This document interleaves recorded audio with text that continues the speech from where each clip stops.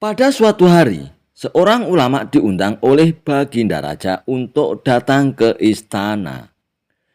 Dalam pertemuan itu, ulama tersebut menceritakan kisah Nabi Musa yang berhadapan dengan para penyihir istana. Para penyihir itu bisa merubah tali menjadi ular. Namun dengan mukjizatnya, Nabi Musa pun bisa mengalahkan mereka dengan tongkatnya. Tertarik dengan kisah tersebut, Baginda Raja pun bertanya, bagaimana caranya seutas tali bisa menjadi ular? Lalu sang ulama pun menjawab, mereka menggunakan ilmu sihir paduka, sedangkan Nabi Musa menggunakan mukjizat. Iya, aku tahu itu, tapi aku ingin mempelajarinya. Bagaimana mereka melakukannya supaya orang-orang kagum dengan keahlianku, balas Baginda Raja. Wahai paduka yang mulia, ilmu sihir itu dilarang untuk dipelajari paduka. Sedangkan mukjizat hanya diperuntukkan kepada para nabi saja paduka. Kenapa tidak belajar sulap saja paduka? Aku punya kenalan yang ahli ilmu sulap. Saran sang ulama. Dan ternyata usul tersebut disambut baik oleh Baginda Raja. Dan sejak saat itu Baginda Raja pun belajar sulap selama sebulan penuh. Akhirnya Baginda Raja pun mahir melakukan berbagai macam trik sulap. Hingga pada suatu hari, Baginda Raja pun memutuskan untuk mengadakan pertunjukan sulap yang megah. Wahai para pengawal, sebarkan pengumuman ini. Aku ingin menghibur rakyatku dengan sulap. Perintah Baginda Raja. Singkat cerita, hari yang ditentukan pun telah tiba. Penduduk Baghdad berkumpul memadati alun-alun istana. Abu Nawas pun duduk di antara deretan para menteri istana. Setelah semuanya berkumpul, Baginda Raja pun langsung memulai aksi sulapnya. Pertunjukan pertama, ia merubah benang menjadi tongkat. Dan dilanjutkan aksi yang kedua, yaitu menghilangkan kelinci yang ia taruh di dalam topinya. Melihat aksi yang menakjubkan tersebut, para penonton dan para menteri istana pun bertepuk tangan dengan meriah. Namun berbeda dengan Abu Nawas, ia terlihat biasa saja tanpa menunjukkan rasa kagum sedikit pun. Hai Abu Nawas, kenapa kau terlihat biasa saja? Tanya Baginda Raja. Maaf paduka yang mulia, pertunjukan paduka memang luar biasa, tapi sama sekali tidak membuat hamba senang, jawab Abu Nawas. Baiklah Abu Nawas, aku akan tunjukkan trik sulap yang lebih hebat. Katakan saja trik sulap apa yang bisa membuatmu senang, tanya Baginda Raja.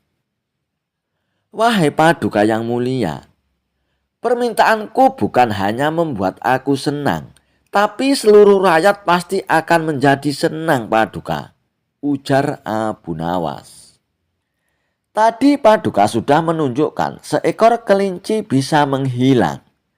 Nah, coba sekarang paduka tunjukkan bagaimana caranya menghilangkan semua pajak yang dibebankan kepada rakyat. Dan itu baru sulap yang luar biasa paduka, jawab Abu Nawas dengan cerdiknya. Ucapan Abu Nawas tersebut membuat seluruh rakyat pun tertawa. Sementara Baginda Raja hanya terdiam. Demikianlah sifat Abu Nawas. Di sela-sela candanya, ia bisa menyelipkan kritikan terhadap penguasa. Kisah Abu Nawas merubah arak menjadi air susu. Kecerdasan Abu Nawas benar-benar menghibur Raja Harun ar-Rasyid. Suatu saat sang raja terlihat murka melihat pekerjaan pengawal kerajaan yang selalu tidak beres. Setelah diselidiki, ternyata para pengawal itu suka mabuk-mabukan. Wahai pengawalku semua, sudah sering aku peringatkan kepada kalian semua, agar engkau jangan mabuk-mabukan, ujar Raja Harun ar-Rasyid. Para pengawal kerajaan terlihat begitu gemetar. Mereka tak berani menatap mata sang raja. Kepala mereka tertunduk sebagai pengakuan rasa bersalahnya. Ceritakan kepadaku dari mana kalian mendapatkan arak-arak itu, tanya sang raja. Untuk beberapa saat para pengawal tidak mau mengaku juga. Namun ketika Raja Harun ar-Rasyid membentak mereka, akhirnya mereka pun mengaku juga. Salah satu pengawal dari sang raja pun berkata, Abu Nawaslah yang membawa arak-arak itu ke istana Paduka. Kami juga diajari mabuk-mabukan oleh Abu Nawas sang raja. Mendengar penjelasan pengawal itu, sang raja pun malah semakin marah. Jika demikian, cepat bawa Abu Nawas ke hadapanku. Kalau tidak, kalian semua harus menerima hukuman dariku, ujar sang raja. Keesokan harinya, berangkatlah beberapa pengawal kerajaan ke rumah Abu Nawas. Sesampainya di rumah Abu Nawas, mereka kemudian memberitahukan maksudnya kepada Abu Nawas. Lalu sang pengawal itu pun berkata kepada Abu Nawas, bawalah botol ini ke hadapan raja dan katakan semua ini atas perintahku, ujar salah satu pimpinan pengawal itu. Tunggu dulu, dengan minuman arak ini aku pasti akan dihukum oleh sang raja, ucap Abu Nawas. Benar Abu Nawas, tapi jika engkau berhasil lolos dari hukuman itu, aku akan memberimu sejumlah dinar, ucap sang pengawal. Lalu, apa keuntunganmu dengan memberiku sejumlah dinar? Tanya Abu Nawas agak keheranan. Jika engkau lolos dari hukuman raja, maka kami semua juga akan lolos. Gunakanlah kecerdasanmu untuk mengelabui sang raja, Abu Nawas, jawab pengawal itu. Akhirnya Abu Nawas pun bersedia menerima tugas itu. Dengan memegang sebotol arak yang berwarna merah, akhirnya Abu Nawas pun bergegas menuju ke istana. Sesampainya di istana, Abu Nawas pun langsung bertemu dengan sang raja. Wahai Abu Nawas, apa yang engkau pegang itu? Tanya raja kepada Abu Nawas. Dengan agak gugup, Abu Nawas pun menjawab, ini susu Baginda, rasanya enak sekali, jawab Abu Nawas sekenanya. Bagaimana mungkin air susu berwarna merah, Abu Nawas? Biasanya susu kan berwarna putih, ucap sang raja sembari mengambil botol yang dipegang oleh Abu Nawas. Betul Baginda, semula air susu ini berwarna putih bersih. Namun saat melihat Baginda yang gagah rupawan itu, ia tersipu malu, akhirnya menjadi merah merona, jawab Abu Nawas yang mencoba mengelabui Raja Harun ar-Rasyid dengan menyebutnya seorang yang rupawan. Dan mendengar jawaban Abu Nawas, Baginda pun tertawa dan meninggalkannya sambil geleng-geleng kepala. Raja sebenarnya tahu bahwa yang di dalam botol itu adalah arak. Namun karena penyampaian Abu Nawas yang membanggakan hati, ia pun akhirnya tidak memberikan hukuman kepada Abu Nawas. Baiklah, untuk kali ini kalian semua aku maafkan. Akan tetapi jika kalian ulangi lagi, maka hukumannya akan berlipat ganda, titah sang raja. Kisah Abu Nawas memasukkan unta ke lubang jarum. Suatu hari, Baginda Raja dilanda masalah yang membuatnya tidak bisa tidur. Tapi masalah yang dihadapinya hanya Baginda Raja sendiri yang tahu. Meskipun Baginda Raja banyak masalah, namun ia sengaja merahasiakannya dari orang-orang sekitar. baik kepada penasihat istana maupun Abu Nawas selaku sahabatnya tempat berkeluh kesah. Padahal sejatinya Baginda Raja ingin rasanya melupakan masalah yang menimpanya.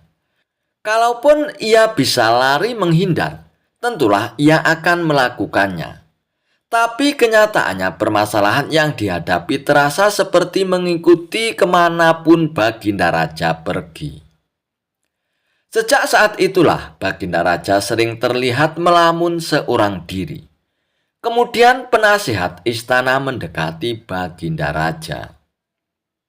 "Maaf Paduka yang mulia, hamba perhatikan belakangan ini Paduka terlihat murung.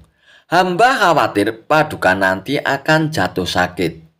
Apakah ada sesuatu yang Paduka pikirkan?" tanya penasihat istana. "Tidak apa-apa penasihat, aku baik-baik saja. Kau urusi saja pekerjaanmu," jawab Baginda Raja dengan memalingkan wajahnya. Penasihat istana pun hanya terdiam. Ia merasakan gelagat bahwa Baginda Raja sedang dilanda masalah yang besar. Dikarenakan Baginda Raja tidak mau berterus terang, penasihat istana pun tidak berani membujuknya untuk menceritakan masalah yang dihadapi Baginda Raja. Makin hari sikap Baginda Raja makin tertutup, bahkan kini enggan menerima tamu. Hal ini membuat para pejabat istana pun menjadi sangat khawatir. Apa yang harus kita lakukan? Makin hari Baginda Raja terlihat mengkhawatirkan. Ini sangat buruk untuk kondisinya. Jangan sampai Baginda Raja jatuh sakit, kata salah seorang menteri. Aku juga cemas melihat sikap Baginda Raja belakangan ini. Aku sudah coba membujuknya supaya mau menceritakan masalah yang dialaminya. Tapi Baginda Raja malah memalingkan wajahnya. Baginda Raja memilih menutup diri, ucap penasihat istana. "Oh iya, saya punya saran. Bagaimana kalau masalah ini kita sampaikan kepada Abu Nawas? Biasanya dia tahu solusinya," ujar salah satu menteri. "Iya, saya setuju dengan saran tersebut," balas yang lainnya. Maka beberapa menteri istana pun segera mendatangi rumah Abu Nawas. Melihat yang datang adalah para menteri, Abu Nawas pun sempat terkejut. Karena biasanya yang diutus Baginda Raja adalah para prajurit istana. "Wahai para menteri, kenapa kalian yang datang sendiri ke sini? Biasanya kan para prajurit istana yang diutus Baginda Raja," tanya Abu Nawas. "Kami ke sini bukan diutus Baginda Raja Abu Nawas, tapi atas kemauan kami sendiri," jawab para menteri. Kemudian para menteri ini memberitahu kepada Abu Nawas tentang keadaan yang menimpa Baginda Raja. "Kami semua sudah berusaha memberi perhatian, tapi Baginda Raja selalu menutup diri Abu Nawas," kata salah satu menteri. "Baiklah, aku akan coba menghiburnya. Mari kita datang ke istana sekarang," ajak Abu Nawas. Singkat cerita, Abu Nawas pun menghadap Baginda Raja. Lalu ia pun bercerita tentang kisah-kisah jenaka di hadapan Baginda Raja. Ia berharap Baginda Raja bisa terhibur dan tertawa. Tapi ternyata tidak ada reaksi apapun. Baginda Raja hanya terdiam, malah meninggalkan Abu Nawas. Lalu ia pun masuk ke kamarnya. Selepas Baginda Raja pergi, para menteri pun segera menghampiri Abu Nawas. "Bagaimana ini Abu Nawas? Kamu lihat sendiri kan?" ucap para menteri. "Sepertinya Baginda Raja sedang mengalami masalah berat. Biarkan aku pulang dulu. Aku akan memikirkan cara untuk mengatasi masalah ini," ucap Abu Nawas. Setibanya di rumah, Abu Nawas terus memikirkan cara terbaik untuk memecahkan masalah tersebut.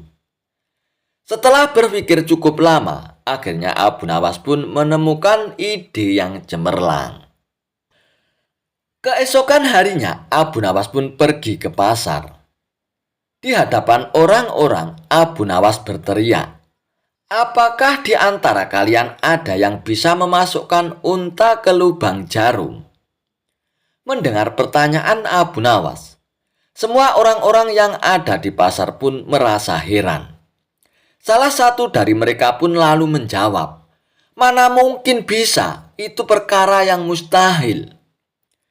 Dengan lantang, Abu Nawas pun membalas, "Tidak ada perkara yang mustahil. Jangankan aku, anak kecil pun itu bisa melakukannya. Kalau kau memang bisa, coba tunjukkan kepada kami, Abu Nawas," pinta mereka. "Maaf kawan-kawan, sayangnya aku hanya bisa membuktikannya bila di hadapan Baginda Raja," jawab Abu Nawas. Begitulah seterusnya setiap ada keramaian orang ataupun perkumpulan. Abu Nawas selalu mengatakan hal yang sama. Akhirnya kabar tentang Abu Nawas bisa memasukkan unta ke lubang jarum sampai juga hingga ke telinga Baginda Raja. Awalnya Baginda Raja tidak terlalu memperdulikannya. Akan tetapi lama-kelamaan timbul juga rasa penasaran pada diri Baginda Raja. Maka diperintahkanlah beberapa pengawal istana untuk memanggil Abu Nawas. "Tuan Abu Nawas, Anda diperintahkan Paduka Raja untuk datang ke istana," ucap salah seorang prajurit. "Benarkah itu prajurit?" tanya Abu Nawas untuk memastikan. "Benar Tuan Abu Nawas," jawab prajurit tersebut. "Rencanaku akhirnya berhasil," pikir Abu Nawas dalam hatinya. "Oh iya, bagaimana kondisi Baginda Raja sekarang?" tanya Abu Nawas kembali. "Baginda Raja masih sering mengurung diri dan sering tampak termenung," jawab salah seorang prajurit. "Baiklah, aku akan ke istana sekarang," balas Abu Nawas. Tidak lama kemudian, Abu Nawas pun sampai di istana. Lalu ia pun segera menghadap Baginda Raja. "Wahai Abu Nawas, aku dengar kau bisa memasukkan seekor unta ke lubang jarum. Kau bersedia membuktikannya bila di hadapanku. Benarkah itu Abu Nawas?" tanya Baginda Raja. "Oh, benar sekali Paduka yang mulia," jawab Abu Nawas dengan tenang. "Bagaimana mungkin kau bisa melakukannya, Abu Nawas? Aku rasa itu perkara yang mustahil," balas Baginda Raja. "Di dunia ini tidak ada yang mustahil, Paduka," ujar Abu Nawas. "Baiklah, sekarang coba kau buktikan, Abu Nawas," perintah Baginda Raja. "Caranya mudah sekali, Paduka. Kita tinggal membuat jarum yang lubangnya lebih besar daripada seekor unta. Dengan begitu kita bisa memasukkannya dengan mudah, Paduka. Bahkan anak kecil pun bisa," jawab Abu Nawas menjelaskan.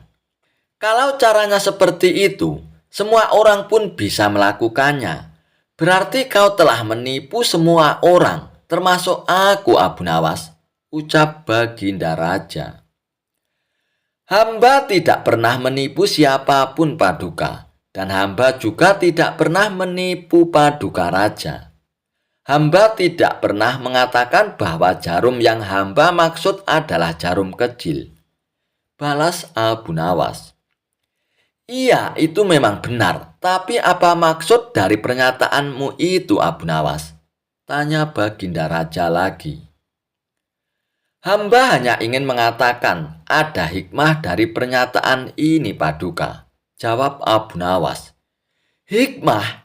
Hikmah dari mana itu, Abu Nawas?" tanya Baginda Raja dengan heran. Bukankah tadinya Baginda Raja tidak percaya kalau hamba bisa memasukkan unta ke lubang jarum? Tapi setelah hamba jelaskan, Baginda Raja pun mempercayainya. Begitu juga dengan permasalahan yang sedang kita hadapi. Sebesar apapun masalah, sebesar apapun bebannya, tapi kalau hati kita lebih besar, hati kita lebih luas saat menghadapinya, maka semua masalah akan terasa lebih ringan, Paduka. Itulah gambaran seekor unta bila dimasukkan ke lubang jarum. Sepintas saat kita menghadapinya, pasti itu mustahil dilakukan. Tapi bila hati kita luas dan besar, maka pikiran kita juga akan mengikuti dan pada akhirnya masalah yang kita anggap mustahil diatasi menjadi mudah dan ringan untuk dijalani, Paduka. Bagaimana kita akan bisa tenang bila kita menghadapi masalah dengan hati yang sempit? Tutur Abu Nawas. Seketika Baginda Raja pun terdiam. Ia terus merenungi ucapan Abu Nawas. Suasana pun mendadak menjadi hening. Tidak beberapa lama kemudian Baginda Raja pun berkata, "Terima kasih Abu Nawas, kau telah menyadarkanku. Selama ini aku memang sedang dilanda masalah dan hatiku sempit menghadapinya, sehingga pikiranku juga ikut menjadi buntu," ujar Baginda Raja. Dan sejak kejadian itu, kini Baginda Raja pun mulai terlihat ceria. Ia tidak lagi terlihat murung seperti hari-hari sebelumnya. Paduka yang mulia, permasalahan bukanlah hal untuk dilamunkan, melainkan dihadapi dengan hati yang besar. Maka akan tercipta solusi dari sebuah pemikiran yang jernih, Paduka, ucap Abu Nawas. Oh iya Abu Nawas, terima kasih atas saran-saranmu. Lalu Baginda Raja pun tidak lupa untuk memberikan hadiah sekantong uang emas kepada Abu Nawas. Kisah Abu Nawas minum racun yang dibawa oleh majikannya. Kecerdikan Abu Nawas tentu sudah tidak diragukan lagi. Selain cerdik, Abu Nawas juga memiliki keterampilan yang luar biasa. Salah satunya yaitu pandai menjahit. Sebelum menjadi orang kepercayaan Baginda Raja Harun ar-Rasyid, Abu Nawas pernah bekerja pada seorang tuan di toko jahit khusus pakaian. Abu Nawas merupakan sosok yang memiliki tipikal pekerja keras, ulet dan rajin, sehingga dia sangat mudah dipercaya oleh majikannya. Bukan hanya itu, Abu Nawas juga dikenal sebagai pekerja teladan di tempat kerjanya. Akan tetapi, majikan di tempat Abu Nawas bekerja merupakan orang yang sangat pelit. Majikannya itu tidak pernah memberi bonus atau perhatian meski Abu Nawas adalah pekerja teladan yang rajin dalam bekerja. Tidak jarang, majikan Abu Nawas sering membawa banyak makanan ke tempat kerjanya. Akan tetapi, hanya untuk dimakan sendiri dan tidak pernah mau berbagi kepada para pekerjanya. Lambat laun, sifat pelit tuannya itu membuat Abu Nawas menjadi jengkel. Suatu ketika, majikan Abu Nawas datang dengan membawa sebuah kendi yang berisi madu. Melihat majikannya datang dengan membawa sebuah kendi, Abu Nawas langsung menghampirinya dan berkata, "Tuan, apa yang ada di kendi itu? Bolehkah aku minta isinya?"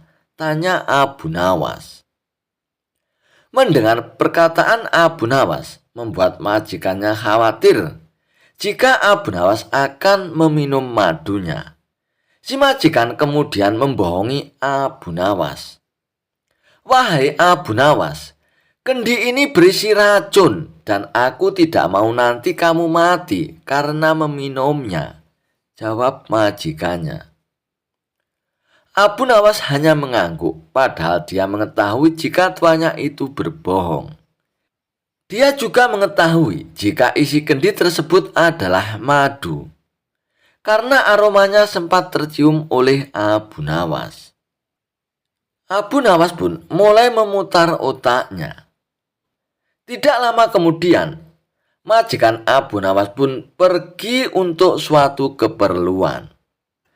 Karena merasa aman dari gangguan Abu Nawas, majikan itu pun meninggalkan kendi berisi madu itu begitu saja di atas mejanya. Melihat hal itu, membuat Abu Nawas untuk tidak membuang-buang kesempatan. Dia berusaha menjual sepotong pakaian dan kemudian membeli sebungkus roti yang akan dimakan dengan madu tuannya itu. Setelah membeli roti, Abu Nawas pun langsung melahapnya menggunakan madu milik majikannya. Dia terus memakan dengan lahap dan tidak sadar sampai menghabiskan semua madu di dalam kendi itu. Dalam kondisi kekenyangan, Abu Nawas pun kemudian meletakkan kendi itu pada tempatnya semula. Dan dia pun kembali melanjutkan pekerjaannya tanpa merasa bersalah. Tidak beberapa lama kemudian, majikannya pun kembali dan juga membawa sebungkus roti. Dia langsung menghampiri mejanya dan niat akan mengambil kendi itu. Namun apa yang terjadi? Alangkah terkejutnya majikannya itu ketika mendapati kendinya sudah dalam keadaan kosong. Majikan itu pun juga mengetahui bahwa sepotong pakaian di tokonya telah hilang tanpa laporan. Ini pasti ulah Abu Nawas, ujarnya dalam hati. Majikan itu pun langsung menghampiri Abu Nawas yang sedang sibuk menjahit pakaian. "Hai Abu Nawas, apa sebenarnya yang telah terjadi? Mengapa isi kendi ini habis dan sepotong pakaian telah hilang?" tanya majikan kepada Abu Nawas dengan kesal. "Maaf Tuan, tadi sewaktu Tuan pergi, ada sekelompok pencuri datang mengambil sepotong pakaian Tuan," kata Abu Nawas.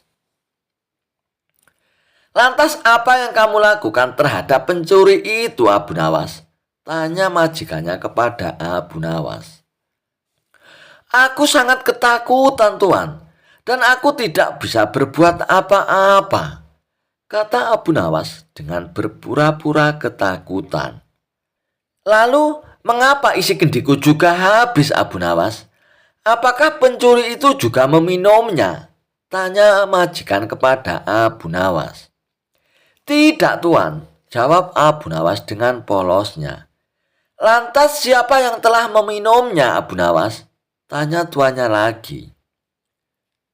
"Sekali lagi mohon maaf, Tuan. Karena tadi saya merasa ketakutan dan akan dimarahi oleh Tuan. Maka aku putuskan untuk memilih bunuh diri dengan meminum racun yang ada di dalam kendi itu. Hamba pikir hamba akan mati. Tapi ternyata ajal hamba belum sampai Tuan," jelas Abu Nawas. Mendengar pengakuan jujur dan kecerdikan Abu Nawas, membuat majikan itu yang semula akan marah akhirnya mengurungkan niatnya. Dia sadar jika semua itu karena kesalahannya yang telah pelit dan membohongi para pekerjanya. Kisah Abu Nawas jadi tukang ramal hebat, bikin kapok sang raja. Dikisahkan, Abu Nawas mendadak terkenal menjadi ahli ramal. Banyak orang yang datang kepadanya untuk diramal nasibnya. Bahkan orang-orang terkenal dari negeri seberang pun juga ikut ngantri di rumah Abu Nawas untuk diramal nasibnya oleh Abu Nawas. Mengetahui hal itu, Baginda Raja Harun ar-Rasyid pun merasa khawatir. Jangan-jangan Abu Nawas bisa membahayakan kerajaannya. Maka tanpa pikir panjang, Abu Nawas pun ditangkap dan dijebloskan ke dalam penjara. Bahkan, Abu Nawas hendak dihukum gantung oleh Baginda Raja Harun ar-Rasyid. yang menganggap Abu Nawas membahayakan kerajaan karena jadi peramal terkenal. Baginda Raja pun memvonis Abu Nawas dihukum mati. Akan tetapi, semua ini sudah diperhitungkan oleh Abu Nawas. Dirinya tidak merasa gentar sama sekali. Setelah hari yang ditentukan telah tiba, Abu Nawas pun digiring ke tempat tiang gantungan. Abu Nawas pun berjalan dengan wajah ceria dan penuh senyuman. Baginda Raja sendiri heran dengan tingkah laku Abu Nawas. "Hei Abu Nawas, di saat-saat terakhirmu, kenapa kamu malah terlihat bahagia?" tanya Baginda Raja dengan penasaran. "Wahai Paduka yang mulia, bagaimana saya tidak bahagia? Karena dimanapun saya berada, Baginda selalu setia menemaniku," sahut Abu Nawas. "Saya sangat beruntung mempunyai raja seperti Baginda," ujar Abu Nawas. "Apa maksudmu Abu Nawas?" tanya Baginda Raja tidak mengerti. "Paduka yang mulia, sudah tahu sendiri kan, kalau saya sudah terkenal sebagai peramal yang tidak pernah meleset," ucap Abu Nawas. "Dan menurut ramalan saya, 3 hari setelah kematian saya, maka Paduka akan menyusul saya di akhirat," ucap Abu Nawas dengan yakin. "Kita akan di sana bersama-sama Paduka yang mulia. Dan saya bisa mengadukan perbuatan Paduka kepada para malaikat di sana," ucap Abu Nawas menakut-nakuti Baginda Raja. Spontan saja wajah Baginda Raja pun langsung menjadi pucat. Dia pun terlihat takut dan gemetaran. "Wahai prajurit, segera lepaskan Abu Nawas, bawa dia kembali ke dalam penjara," perintah Baginda Raja. Lalu akhirnya Abu Nawas pun tidak jadi dihukum mati. Bahkan di dalam penjara pun Abu Nawas kembali berkata kepada para prajurit, "Hai prajurit, sampaikan kepada Baginda Raja, kalau saya terus-terusan di sini, saya bisa sakit dan akhirnya saya mati. Itu artinya Baginda juga tidak lama lagi akan mati juga," ucap Abu Nawas. Prajurit tersebut segera menyampaikan pesan Abu Nawas kepada Baginda Raja. Untuk kedua kalinya, Baginda Raja pun dibuat takut oleh Abu Nawas. Maka dengan segera, Baginda Raja pun akhirnya membebaskan Abu Nawas. Untuk meyakinkan keselamatan Abu Nawas, Baginda Raja pun menyuruh beberapa prajurit untuk mengawalnya sampai di rumah.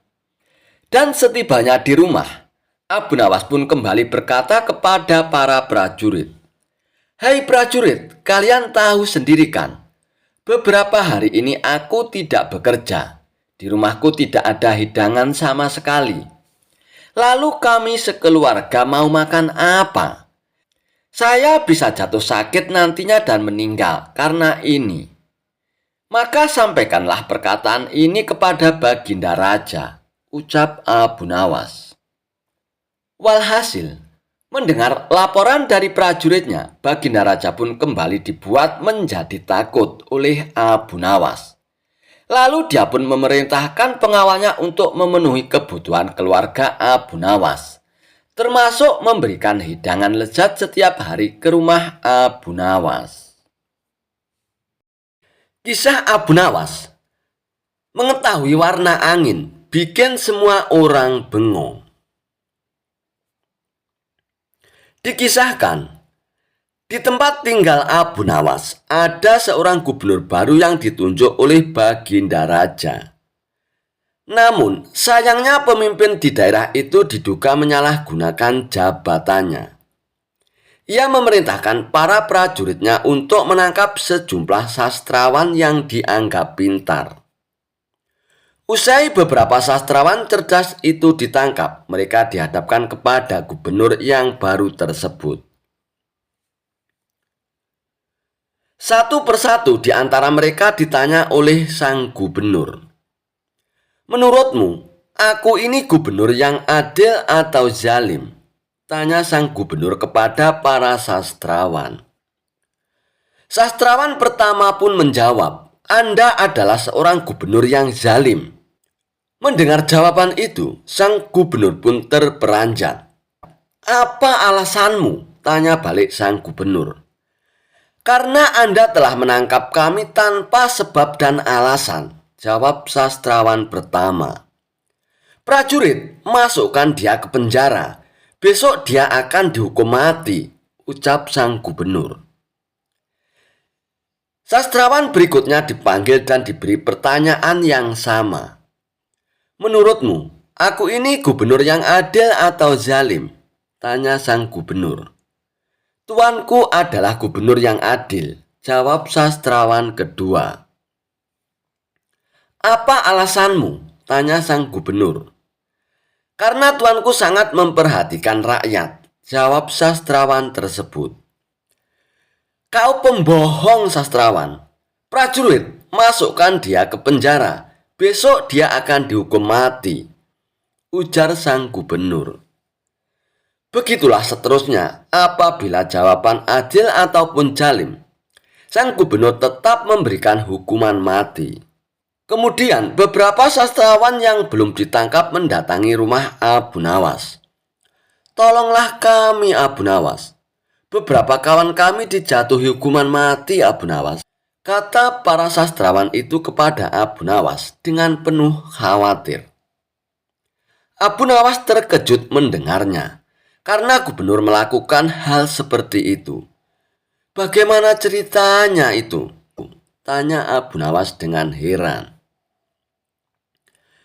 Kami sendiri tidak tahu, Abu Nawas.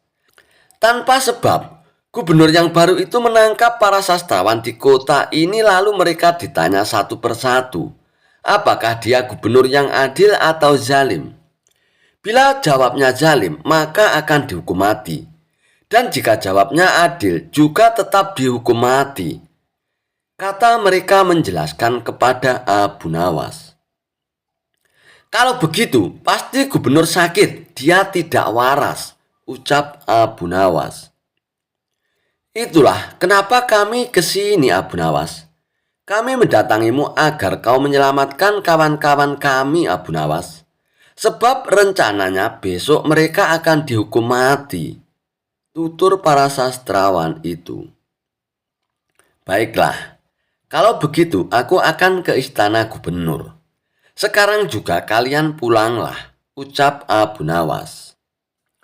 Lalu Abu Nawas pun pergi menghadap sang gubernur. Sesampainya di istana, Abu Nawas pun langsung menghadap gubernur. Melihat kehadiran Abu Nawas, gubernur langsung emosi. Hai, ngapain kau datang ke istanaku? Tanya sang gubernur. Aku mendengar kabar Anda menyuruh beberapa prajurit menangkap para sastrawan pintar di kota ini. Tapi kenapa aku tidak ditangkap? Aku sangat tersinggung, jawab Abu Nawas. Oh, jadi kau menganggap dirimu bagian dari mereka ya? Tanya sang gubernur. Tentu saja, masyarakat di kota ini tahu siapa aku. Aku adalah sastrawan terpandai di kota ini, balas Abu Nawas. Baiklah, Algojo tangkap Abu Nawas dan penggal lehernya, pinta sang gubernur. Oh, tunggu dulu. Sebelum leherku dipenggal, perintahkan Algojomu agar jangan sampai merusak rambutku. Sebab aku baru saja keluar dari tukang cukur, timpal Abu Nawas. Mendengar jawaban Abu Nawas, gubernur pun langsung tertawa. Itulah jiwa kesatria yang aku kagumi darimu, Abu Nawas. Aku mengampunimu, kata sang gubernur. Bolehkah aku minta satu permintaan? Tanya Abu Nawas. Apa permintaanmu, Abu Nawas? Katakan saja, jawab sang gubernur. Aku juga minta pengampunan untuk kawan-kawanku itu, pinta Abu Nawas. Sejenak gubernur terdiam, lalu berkata kepada Abu Nawas, Aku akan mengabulkan permintaanmu, Abu Nawas, tapi ada syaratnya. Kau harus bisa menjawab 3 pertanyaanku.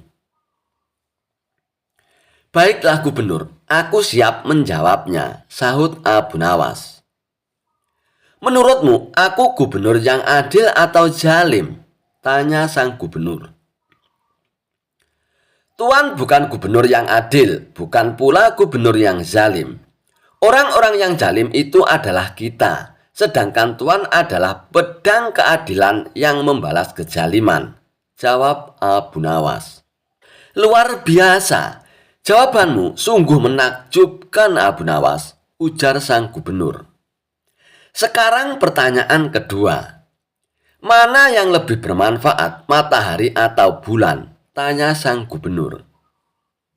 Matahari terbit di siang hari bersamaan dengan terangnya dunia. Maka menurutku matahari kurang bermanfaat. Sementara bulan terbit di waktu malam hari yang menerangi dunia dan menjadikannya seperti siang.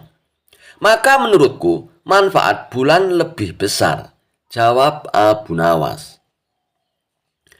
Gubernur pun tertawa dengan jawaban Abu Nawas. Memang nyeleneh, tapi masuk akal. Baiklah Abu Nawas, sekarang pertanyaan terakhir.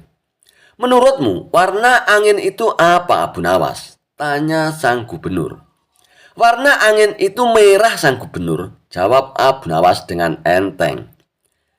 Lalu apa alasanmu, Abu Nawas? Tanya sang gubernur.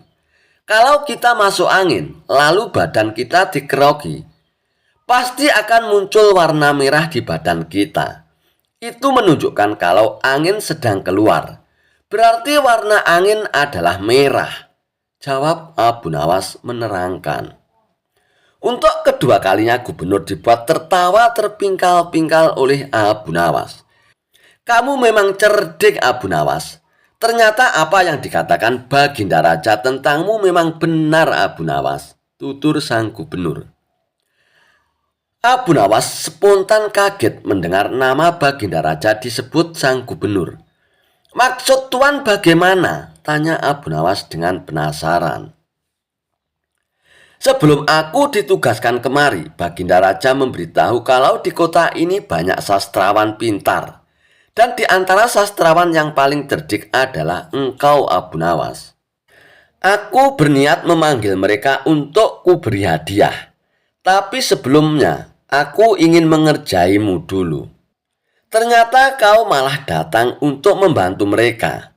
Dan ini adalah suatu kesempatan bagiku untuk menguji kecerdasanmu, Abu Nawas, ucap sang gubernur. Jadi hukuman mati yang Tuan berikan hanya pura-pura ya? Tanya Abu Nawas dengan kaget. Benar Abu Nawas, aku hanya ingin mengerjai mereka sebelum memberikan hadiah, jawab sang gubernur. Abu Nawas pun terdiam sejenak. Kurang ajar, ternyata aku masuk perangkapnya. Tunggu saja pembalasanku nanti, ucap Abu Nawas dalam hatinya. Kisah Abu Nawas melawan 5 pastur yang sombong. Dikisahkan, pada suatu hari di negeri yang jauh, 5 orang pastur terkenal sebagai orang yang sangat sombong. Mereka menganggap bahwa agama mereka yang paling benar, sementara agama lain adalah salah. Ketika mendengar nama Abu Nawas, mereka merasa tertantang dan memutuskan untuk mendatanginya dengan niat untuk mempermalukannya. Singkat cerita, mereka pun mendatangi Abu Nawas. Hei Abu Nawas, jika kau mampu mengalahkan kami berlima, kami akan mengakui kebenaranmu, kata salah seorang pastor dengan nada congkak. Baiklah, jawab Abu Nawas dengan tenang sambil tersenyum. Jika aku kalah, aku akan mengikuti apa yang kalian yakini, ujar Abu Nawas. Kerumunan pun mulai berkumpul. tertarik ingin menyaksikan bagaimana kecerdasan Abu Nawas menghadapi 5 pastor tersebut. Pastor pertama pun maju dan berkata, "Hei Abu Nawas, kau bilang Tuhan itu Esa dan Maha Kuasa. Jika Tuhan Maha Kuasa, kenapa Tuhan tidak menciptakan dunia tanpa penderitaan?" Abu Nawas pun tersenyum bijak, lalu berkata, "Pernahkah kau melihat pedang yang tajam?" "Ya, kami melihatnya," jawab pastor itu. "Jika pedang itu dibuat untuk pajangan saja dan tidak pernah dipakai untuk berperang, apakah kau tahu seberapa kuat dan tajamnya pedang itu?" tanya Abu Nawas. "Ya tentu tidak tahulah," jawab pastor itu mulai bingung. Nah, begitu pula dengan manusia. Tuhan memberikan ujian dan penderitaan agar manusia menunjukkan kekuatan iman dan kesabarannya. Sebab tanpa ujian manusia tidak akan pernah tahu seberapa besar keimanan mereka kepada Tuhan. Mendengar itu, pastor pertama pun terdiam dan tidak bisa membantah Abu Nawas. Lalu pastor kedua pun maju dan berkata, "Kalau Tuhan itu ada, mengapa Dia tidak menunjukkan dirinya kepada kita?" Abu Nawas pun tertawa kecil. "Kau tahu cahaya matahari kan?" "Ya," jawab pastor kedua. "Bisakah kau menatap matahari langsung dalam waktu yang lama tanpa merasa sakit di mata?" tanya Abu Nawas. "Ya tentu tidak bisalah," jawab pastor itu semakin bingung. Nah, begitu pula dengan Tuhan. Kita tidak bisa melihatnya dengan mata kita, karena keagungan dan kemuliaannya jauh lebih dahsyat dari cahaya matahari. Tapi kita bisa merasakan kehadirannya lewat segala ciptaannya di dunia ini. Mendengar itu, pastor kedua pun terdiam kehabisan kata-kata. Lalu pastor ketiga pun mencoba menyerang dari sudut yang lain.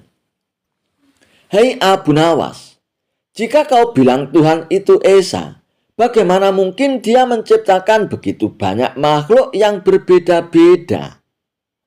Abu Nawas pun tersenyum lebar. "Coba lihat dirimu dan kawan-kawanmu. Bukankah kalian berbeda-beda? Wajah kalian berbeda, tinggi kalian berbeda. Bahkan suara kalian pun juga berbeda. Tapi kalian kan tetap manusia." "Ya iyalah Abu Nawas, kami adalah manusia," jawab pastor ketiga. Nah, begitu pula dengan Tuhan. Dia Esa, tapi kekuasaannya meliputi segala ciptaannya yang berbeda-beda. Tuhan menciptakan langit dan bumi, manusia dan hewan, siang dan malam. Karena keesaannya justru terbukti dari kebesaran ciptaannya, terang Abu Nawas. Mendengar itu, pastor ketiga pun hanya bisa mengangguk-anggukkan kepalanya. Giliran pastor keempat, ia pun mulai cemas, tapi tetap mencoba peruntungannya. "Lalu bagaimana kau bisa yakin bahwa surga dan neraka itu benar-benar ada?" Abu Nawas pun mengambil air dingin dan semangkuk sup panas, lalu berkata, "Mana yang lebih menyegarkan di saat kamu sedang kehausan?" "Tentu saja air dinginlah," jawab pastor keempat. "Dan mana yang membuatmu tidak nyaman jika kau memasukkan tangan ke dalamnya?" tanya Abu Nawas. Sambil menunjuk semangkuk sup panas, pastor keempat itu pun menjawab, "Ya tentu sup panaslah Abu Nawas." Nah, itulah bukti sederhana. Jika di dunia ini ada rasa nyaman dan tidak nyaman, maka di akhirat ada surga sebagai tempat yang nyaman dan neraka sebagai tempat yang tidak nyaman. Logikanya sama. Mendengar itu, pastor keempat pun terdiam. Dia tidak bisa berkata-kata lagi. Kini tiba saatnya pastor kelima mencoba memberikan pertanyaan terakhirnya kepada Abu Nawas. Hei Abu Nawas, jika Tuhan itu Maha Pengampun, mengapa Dia tidak mengampuni semua orang tanpa syarat? Abu Nawas pun tersenyum tipis. Lalu ia pun berkata, jika ada seorang murid malas dan tidak mau belajar sama sekali, apakah kau akan memberikan nilai tinggi tanpa dia berusaha? Tentu tidaklah, jawab pastor kelima. Nah, begitu pula Tuhan. Tuhan Maha Pengampun, tapi pengampunannya diberikan kepada mereka yang mau bertaubat dan berusaha untuk menjadi lebih baik. Karena pengampunan tanpa syarat hanya akan membuat manusia lalai dan tidak bertanggung jawab, terang Abu Nawas. Mendengar itu, pastor kelima pun terdiam dan tidak mampu membantah Abu Nawas. Setelah mendengar semua jawaban dari Abu Nawas, kelima pastor itu pun saling berpandangan. Dan mereka pun akhirnya mengakui kekalahan mereka. Dengan suara lirih, salah satu pastor pun berkata, Abu Nawas, kau benar, kami datang dengan niat untuk mempermalukanmu. Tapi justru kami yang dipermalukan oleh kecerdasan dan kebenaranmu, Abu Nawas. Tolong ajarkan kami lebih banyak lagi tentang keimanan. Abu Nawas pun tersenyum bijak. Kalian telah membuat keputusan yang tepat. Kebenaran adalah milik Tuhan. Dan siapapun yang mencarinya dengan hati yang ikhlas akan menemukannya. Dan kelima pastor itu pun akhirnya meninggalkan keyakinan lama mereka dan mengikuti ajaran Abu Nawas. Kisah Abu Nawas ditantang dukun santet. Dikisahkan, pada suatu hari di kota Baghdad, datanglah seorang dukun santet terkenal yang merasa dirinya sangat sakti. Ia baru saja membuka praktek dan ingin cepat terkenal. Sayangnya, ia punya cara yang licik. Setiap ia ingin terkenal, ia mencari musuh untuk dikalahkannya. Ia pun bertanya kepada orang-orang, siapa orang yang paling hebat di kota Baghdad ini? Yang kalau ku buat kalah, namaku akan mengguncang Baghdad. Dan orang-orang pun serempak menjawab, kalau memang mau terkenal, tantanglah Abu Nawas. Mendengar itu, dukun santet itu pun tersenyum sombong. Hah, Abu Nawas, cuma pelawak kampung itu. Aku santet dia sampai botak kepalanya pun bisa. Orang-orang pun mulai penasaran dan segera menyebarkan kabar tersebut. Bahwa dukun sakti menantang Abu Nawas duel ilmu.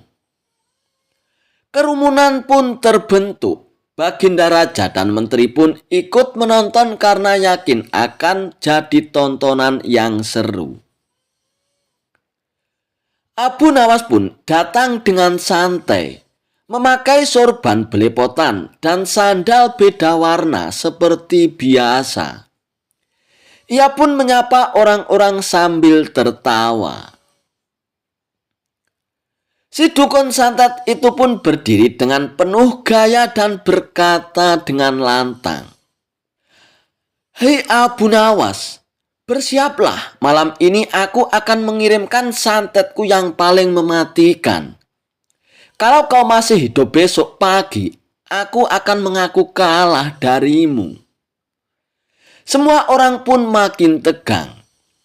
Namun Abu Nawas pun malah menjawabnya dengan santai. "Santet? Wah, saya sudah kangen disantet nih. Santet terakhir yang paling bikin aku kebanyakan makan hingga tubuhku gemuk begini." Dan orang-orang pun mulai tertawa. Dukun santet itu pun mulai kesal. Lalu ia melakukan ritual menggeram, kumat kamit, mengibas-ibaskan sapu ijuk, bahkan kayang segala. Pokoknya atraksinya dramatis sekali. Dan setelah selesai, ia pun berkata dengan lantang, "Abu Nawas, santetku sudah aku kirimkan. Kau tak bisa menghindarinya." Abu Nawas pun membalas dengan sangat serius, "Baiklah Tuan Dukun, aku hormati, tapi aku minta syarat kecil." Baginda Raja pun langsung penasaran dan bertanya kepada Abu Nawas, "Syarat apa Abu Nawas?" Abu Nawas pun lalu mengeluarkan sebuah karung besar. "Karung ini tolong dipegang oleh Pak Dukun ya," kata Abu Nawas. Dukun santet itu pun mulai curiga. "Untuk apa Abu Nawas?" Abu Nawas pun menjawab, "Katanya santetmu paling sakti di seluruh kota Baghdad. Karung ini berisi 17 ekor kucing galak yang sudah kuberi makan cabai 3 hari. Kalau santetmu memang benar-benar hebat, coba santet dulu mereka. Kalau seluruh kucingku ini mati kena santetmu, berarti aku percaya dengan santetmu dan aku siap disantet besok." Orang-orang pun langsung tertawa ngakak. Dan dukun santet itu pun mulai pucat. "Bagaimana mungkin aku menyantet kucing Abu Nawas?" teriak dukun santet tersebut. Abu Nawas pun menjawab dengan polos, "Loh, kalau menyantet saya saja bisa, masa menyantet kucing nggak bisa? Atau santetmu cuma bekerja pada orang-orang yang ketakutan?" Seketika orang-orang pun mulai ribut. "Memang benar Abu Nawas. Kalau memang santetnya benar-benar sakti, santet dulu kucing itu." Dukun itu pun langsung panik. Lalu ia mengarang alasan, "Santetku itu tidak berlaku pada hewan." Abu Nawas pun langsung menyautnya, "Oh, berarti santetmu cuma berhasil pada orang-orang yang kamu takut-takuti dengan ucapanmu ya, bukan dengan kekuatan sungguhan." Dan dukun santet itu pun semakin panik. Lalu Abu Nawas pun memerintahkan 4 warga untuk membuka karungnya. Dan seketika 17 kucing galak itu pun langsung menyerang dukun santet itu. Sang dukun santet pun lari terbirit-birit sambil berteriak, "Ampun Abu Nawas, batalkan semua ini, aku menyerah padamu." Orang-orang pun tertawa terpingkal-pingkal. Bahkan Baginda Raja pun sampai menahan perutnya karena melihat pertunjukan tersebut. Dan Abu Nawas pun berkata dengan bijak, "Yang paling berbahaya di dunia ini bukanlah santet, tetapi ketakutan. Karena orang yang takut akan dikuasai orang yang menakutinya." Ujar Abu Nawas sambil melangkah pergi meninggalkan kerumunan orang-orang. Kisah Abu Nawas mengerjai seorang tabib palsu. Suatu ketika di kota tempat tinggal Abu Nawas dihebohkan adanya tabib baru yang mengaku sakti. Dia pun sesumbar bisa mengobati penyakit apa saja. Walhasil rumahnya didatangi ratusan pasien. Padahal tabib tersebut hanyalah seorang penipu. Ia menggunakan keahlian sulapnya untuk menipu warga. Hal inilah yang membuat warga makin percaya pada kesaktian palsu sang tabib tersebut. Ada juga pasien yang tidak kunjung sembuh. Namun karena rayuan manis sang tabib palsu tersebut, ia selalu menuruti perkataannya agar kembali berobat. Sampai pada suatu ketika, Abu Nawas pun jatuh sakit yang tidak kunjung sembuh. Dan atas saran sang istri, Abu Nawas pun disuruh berobat ke tabib tersebut. Kala itu Abu Nawas belum tahu kalau tabib tersebut adalah seorang penipu. Ia pun menuruti saja saran sang istri. Namun sudah 3 kali berobat, sakit Abu Nawas pun tidak kunjung sembuh. Padahal sekali berobat bayarannya adalah 100 dinar. Dan Abu Nawas sudah menghabiskan uang 300 dinar tanpa ada sedikit pun tanda-tanda kesembuhan pada dirinya. Akibatnya Abu Nawas pun mulai curiga, jangan-jangan tabib itu seorang penipu. Seiring berjalannya waktu, Abu Nawas pun sudah sehat seperti sedia kala. Lalu terbesit dalam benak Abu Nawas untuk mengerjai tabib palsu tersebut. Aku harus mendapatkan 300 dinarku dulu. Tapi bagaimana caranya ya? Tanya Abu Nawas dalam hatinya.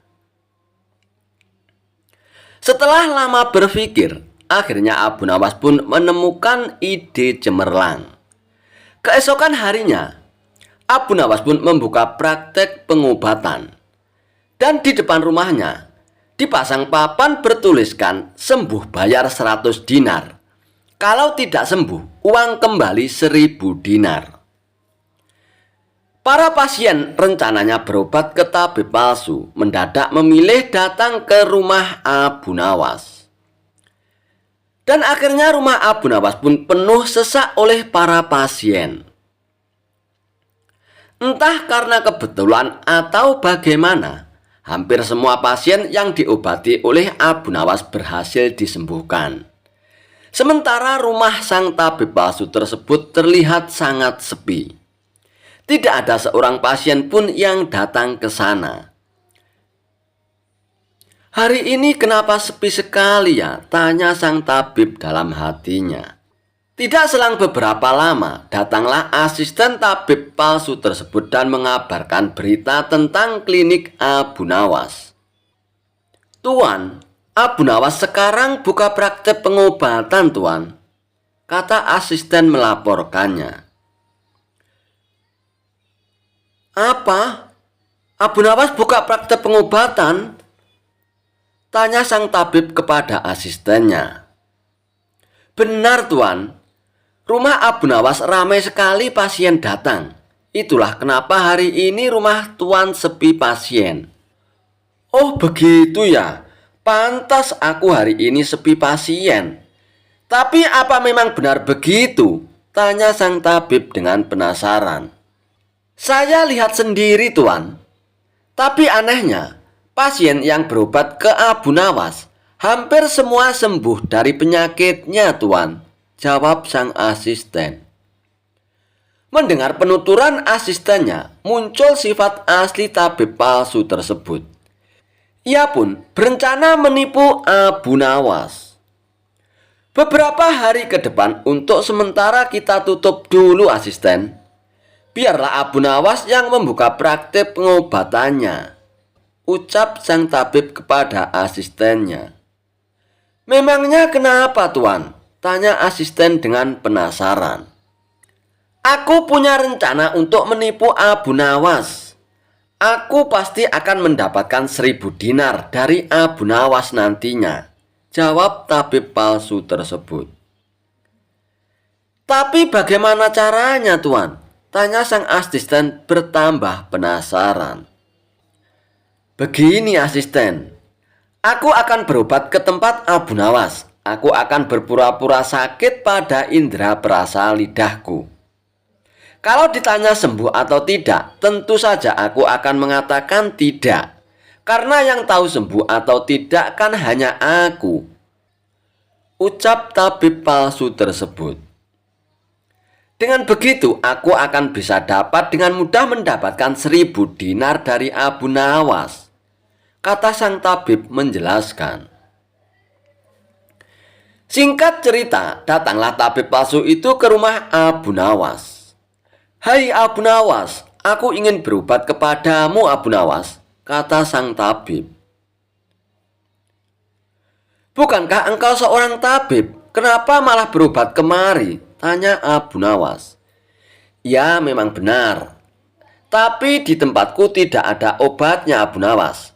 Makanya aku datang ke sini, jawab sang tabib. Memangnya kamu sakit apa tabib? Tanya Abu Nawas lagi. Begini Abu Nawas, entah kenapa lidahku mati rasa. Aku tidak bisa merasakan apa-apa Abu Nawas, kata sang tabib berpura-pura mengeluh. Akan tetapi, Abu Nawas menangkap firasat kurang baik. Ia yakin kalau tabib palsu itu hendak menipunya. Aku tidak akan tertipu untuk yang kedua kalinya. Justru kedatanganmu sudah aku tunggu-tunggu tabib, ucap Abu Nawas dalam hatinya. Lalu Abu Nawas pun menyuruh sang tabib untuk menunggu di ruang pengobatan. Abu Nawas pun pergi ke belakang dan segera memeras buah jeruk yang sangat asam dan menuangkannya ke dalam gelas. Lalu gelas tersebut diberikan kepada sang tabib. Wahai tabib, ini obatnya sudah jadi, minumlah sekarang, ucap Abu Nawas. Ketika sang tabib meminumnya, mukanya mendadak berkerut menahan rasa kejut. Kamu menipu aku ya Abu Nawas. Ini bukan obat, tapi air jeruk yang sangat kecut Abu Nawas, kata sang tabib dengan emosi. Alhamdulillah, berarti lidamu sudah tidak lagi mati rasa tabib. Sekarang bayarlah ongkosnya, yaitu 100 dinar, pinta Abu Nawas. Waduh, aku keceplosan. Gagal lagi rencanaku, pikir sang tabib palsu tersebut. Lalu sang tabib itu pun terpaksa memberikan uang 100 dinarnya kepada Abu Nawas. Tapi sang tabib tidak putus asa. Ia pun terus berusaha agar bisa mendapatkan 1000 dinar dari Abu Nawas. Hari berikutnya, ia pun kembali mendatangi Abu Nawas. Hai Abu Nawas, aku mau berobat lagi Abu Nawas, kata sang tabib palsu tersebut. Oh silakan tabib, apa lidahmu masih mati rasa lagi? Tanya Abu Nawas meledeknya. Bukan Abu Nawas, kali ini penyakitnya berbeda, jawab sang tabib. Luar biasa, ternyata kamu punya banyak stok penyakit ya tabib. Kali ini apa penyakitnya? Tanya Abu Nawas lagi. Aku hilang ingatan Abu Nawas, jawab tabib tersebut. Apakah kamu kesandung kasus korupsi tabib? Makanya hilang ingatan, tanya Abu Nawas. Enak saja kamu Abu Nawas, memangnya aku pejabat apa? Jawab tabib dengan nada protes. Baiklah, sekarang kamu tunggu di sini sebentar. Aku akan mengambilkan obatnya tabib, ucap Abu Nawas. Tidak beberapa lama kemudian, Abu Nawas pun kembali menemui sang tabib palsu. Ini obatnya tabib, silakan diminum, kata Abu Nawas sambil memberikan gelasnya. Aku tidak mau minum air ini Abu Nawas, ucap tabib tersebut. Loh, memangnya kenapa tabib? Katanya ingin sembuh, kok tidak mau minum obatnya, ucap Abu Nawas. Lah ini kan perasan air jeruk seperti kemarin Abu Nawas. Aku tidak mau minum, kata sang tabib menolaknya. Alhamdulillah, tanpa meminumnya pun kamu sudah sembuh tabib. Sekarang bayar 100 dinar lagi, pinta Abu Nawas. Sudah sembuh? Sembuh dari mana Abu Nawas? Apanya yang sembuh? Kamu jangan mengada-ada Abu Nawas, protes sang tabib tersebut. Nah, buktinya kamu masih ingat dengan obat yang kemarin aku berikan. Berarti sakit hilang ingatanmu sudah sembuh, tabib. Jelas Abu Nawas. Untuk kedua kalinya, rencana sang tabib palsu mengalami kegagalan juga. Mau tidak mau, ia pun harus memberikan uang 100 dinar lagi kepada Abu Nawas. Kurang ajar Abu Nawas, ternyata tidak sebodoh yang kukira, pikir tabib palsu tersebut. Tidak terima dengan dua kegagalan yang dialaminya, tabib palsu itu pun berpikir keras untuk bisa mengalahkan Abu Nawas. Setelah merenung agak lama, akhirnya ia pun mendapatkan ide. Aku pasti akan berhasil kali ini, ungkap tabib dengan rasa yakin. Kali ini ia pun berpura-pura buta. Si tabib palsu itu pun berjalan ke rumah Abu Nawas dengan bantuan tongkat di tangannya. Setelah tiba di tempat Abu Nawas pun sempat kaget dengan penuh rasa iba. Abu Nawas pun bertanya kepada sang tabib, "Apa yang menimpamu, tabib, dan mengapa kamu bisa seperti ini?" Si tabib palsu itu pun menjawab, "Tolonglah aku Abu Nawas, mataku tiba-tiba buta, sembuhkanlah aku Abu Nawas," ucap tabib tersebut. Tabib palsu itu pun kemudian dipersilakan masuk dan duduk di ruang pengobatan oleh Abu Nawas. Setelah mengamati dengan seksama, Abu Nawas pun akhirnya menyadari bahwa itu adalah tipuan belaka. Namun Abu Nawas tidak pernah kehilangan akal. Ia punya cara lain untuk menghadapinya. "Sepertinya penyakit kebutaanmu sudah sangat parah, tabib. Maafkan aku untuk kali ini tidak mampu mengobatinya, tabib," ucap Abu Nawas berpura-pura sedih. Mendengar jawaban tersebut, sang tabib langsung kegirangan. Akhirnya bisa mengelabui Abu Nawas juga kali ini aku. "Terus bagaimana ini, Abu Nawas? Padahal aku berharap banyak kepadamu," kata sang tabib berpura-pura. "Iya, mau bagaimana lagi, tabib? Aku tidak mungkin bisa menyembuhkanmu," jawab Abu Nawas. "Oh, kalau begitu aku akan dapat 1000 dinar darimu dong, Abu Nawas," tanya tabib palsu dengan penuh harap. "Tentu saja kawan, aku tidak mungkin berdusta," balas Abu Nawas. Kemudian Abu Nawas pun masuk ke dalam rumah untuk mengambil uang. "Ini uangnya 1000 dinar untukmu, tabib," ucap Abu Nawas sambil memberikan uangnya.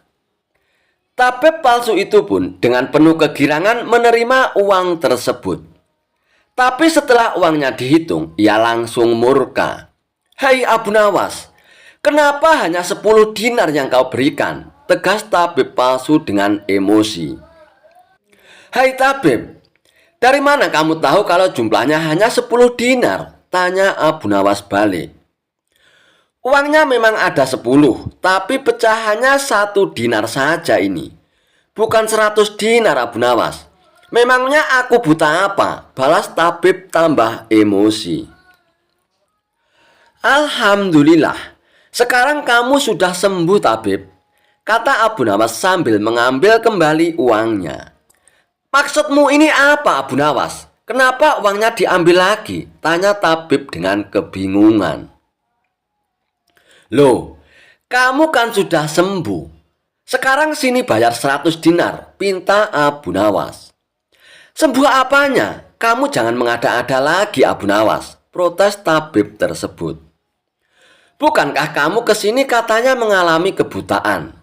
Tapi kamu bisa membedakan mana pecahan 1 dinar dan pecahan 100 dinar.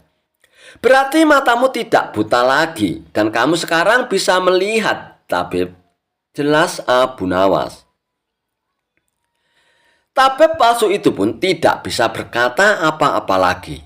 Ia pun terpaksa memberikan uang 100 dinar lagi kepada Abu Nawas. Dan ia pun akhirnya pergi dengan perasaan kecewa. Aku kapok berurusan dengan Abu Nawas, ucap si tabib palsu tersebut sambil ngeloyor pergi. Kisah kecerdikan Abu Nawas dalam menghadapi preman yang kejam. Alkisah, ada seorang pemuda yang gemar mabuk-mabukan. Dia juga sering membuat onar di kampungnya. Perilakunya ini membuat orang-orang menaruh rasa benci, namun mereka tak berani untuk menegurnya.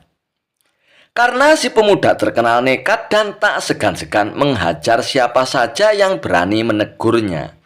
Yang lebih menjengkelkan, si pemuda tidak menaruh rasa hormat kepada siapapun. Entah itu orang yang lebih tua ataupun seorang pemuka agama.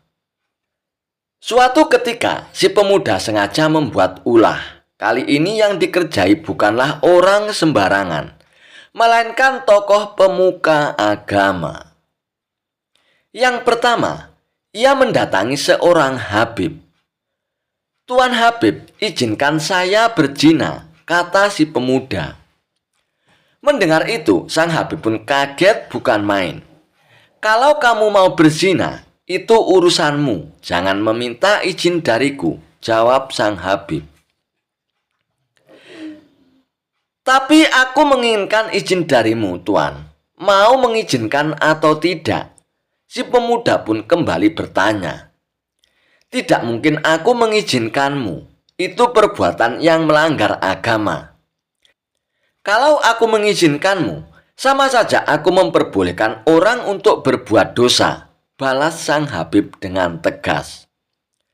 Tanpa diduga, si pemuda itu pun langsung memberikan serangan pukulan tepat mengarah di kepala sang Habib.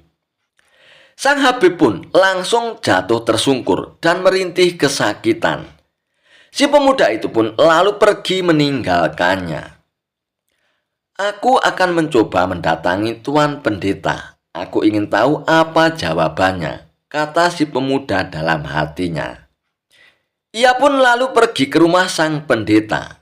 Setibanya di rumah sang pendeta, lalu pemuda itu pun bertanya, "Tuan Pendeta, izinkan saya berzina," pinta si pemuda. Mendengar pertanyaan pemuda itu, sang pendeta pun kagetnya bukan main. Sejenak ia pun terdiam. Kalau ia melarangnya, tentu si pemuda akan marah. Bisa-bisa ia dihajar habis-habisan. Sebab tabiat pemuda tersebut terkenal kasar dan jahat, pikir sang pendeta. Hai anakku, kenapa engkau tidak menikah saja? Tentu itu akan lebih baik bagimu," kata sang pendeta menyarankan. "Aku tidak mau, aku masih ingin menikmati masa mudaku," ujar si pemuda. Sang pendeta pun terlihat kebingungan mendengar alasan si pemuda tersebut. Namun ia juga harus berhati-hati dalam ucapan. Jangan sampai membuat si pemuda menjadi marah. "Bagaimana Tuan Pendeta? Apakah Tuan mau mengizinkan saya berzina?" tanya si pemuda lagi. Hati sang pendeta menjadi berkecamuk. Kalau ia mengizinkan, sama saja ia memperbolehkan orang untuk berbuat dosa. Tapi kalau ia melarang, si pemuda akan menjadi marah dan tentu saja si pemuda akan menghajarnya. "Wahai anakku, saya sangat sayang kepadamu. Tidakkah engkau tahu bahwa siksa api neraka itu sangat pedih? Aku tidak ingin kamu masuk ke dalamnya, hanya karena perbuatanmu itu, anakku," kata sang pendeta menasihati. "Maksud Tuan Pendeta apa? Mati saja belum sudah bicara tentang neraka. Tuan mau mengizinkan saya berzina atau tidak?" tanya si pemuda lagi mulai emosi. "Maafkan saya, nak. Dengan berat hati, saya tidak berani mengizinkan kamu. Itu semata-mata karena saya sangat sayang sama kamu, nak. Saya tidak ingin kamu dimurkai oleh Tuhan," jawab sang pendeta. Tiba-tiba pukulan melayang ke arah kepala sang pendeta. Sang pendeta pun jatuh tersungkur ke tanah. "Bilang saja kalau kamu tidak mengizinkan, tak usah berbelit-belit," kata si pemuda dengan geram. Ia pun lalu pergi meninggalkan sang pendeta. Kedua peristiwa tersebut membuat gempar warga. Banyak orang-orang yang mengutuk perbuatan si pemuda tersebut. Akan tetapi si pemuda malah menjadi beringas, sehingga ia semakin ditakuti oleh warga. Suatu ketika, salah satu teman si pemuda berkata kepadanya, "Hai kawan, kenapa tidak kau tanyakan keinginanmu itu kepada Tuan Abu Nawas? Kalau jawabannya membuatmu jengkel, kamu hajar saja dia dan kamu pasti akan lebih ditakuti." Mendengar usulan temannya itu, si pemuda tersebut pun menjadi tertarik. "Benar juga katamu, besok aku akan menemui Tuan Abu Nawas," timpal si pemuda. Pada keesokan harinya, si pemuda segera berangkat menuju rumah Abu Nawas. Sesampainya di rumah Abu Nawas, pemuda itu pun mendapati Abu Nawas sedang duduk santai di depan rumahnya. "Tuan Abu Nawas, bolehkah saya masuk? Ada yang ingin saya tanyakan kepada Tuan Abu Nawas," kata si pemuda tersebut. "Oh, silakan masuk anak muda. Kemarilah," balas Abu Nawas. Si pemuda itu pun lalu masuk dan duduk di samping Abu Nawas.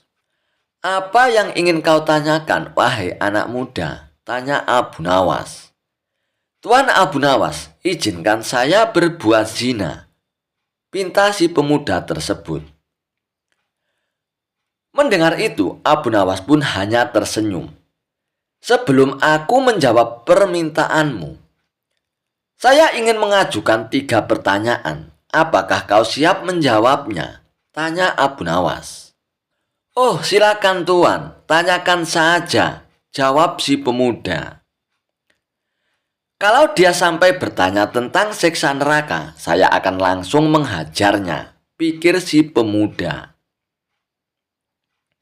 "Wahai anak muda, apakah kau rela bila ibumu berbuat zina dengan seorang pemabuk dan pembuat onar?" tanya Abu Nawas.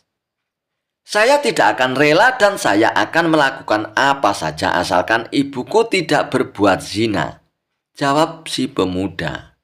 Demikianlah perasaan orang lain. Ia juga tidak akan suka bila hal itu terjadi pada diri ibunya. "Wahai anak muda, kelak nanti bila engkau mempunyai seorang putri, apakah engkau rela bila putrimu berzina dengan seorang pemabuk dan pembuat onar?" tanya Abu Nawas kembali. "Tentu saja saya tidak terima. Saya tidak rela bila putriku berzina dengan orang seperti itu," jawab si pemuda dengan tegas. Nah, orang lain pun demikian. Ia tentu tidak rela bila hal itu terjadi pada diri putrinya, timpal Abu Nawas. Si pemuda tampak merenungi kata-kata Abu Nawas. Ia tak menyangka akan mendapatkan pertanyaan seperti itu. Sekarang pertanyaan terakhir dari saya, anak muda. Apakah yang akan kamu lakukan bila kamu menitipkan suatu barang kepada orang lain dan barang itu sangat berharga bagimu? Akan tetapi orang yang kamu titipin tidak amanah. Bahkan ia malah merusak barangmu yang sangat berharga itu, tanya Abu Nawas. "Tentu saja aku akan marah, bahkan aku akan membunuhnya dengan cara yang paling sadis," jawab si pemuda. Abu Nawas pun kembali tersenyum mendengar jawaban si pemuda tersebut. Kemudian Abu Nawas kembali berkata, "Jasad kamu, nyawa kamu, sejatinya adalah titipan Allah yang berharga, yang Allah percayakan kepadamu.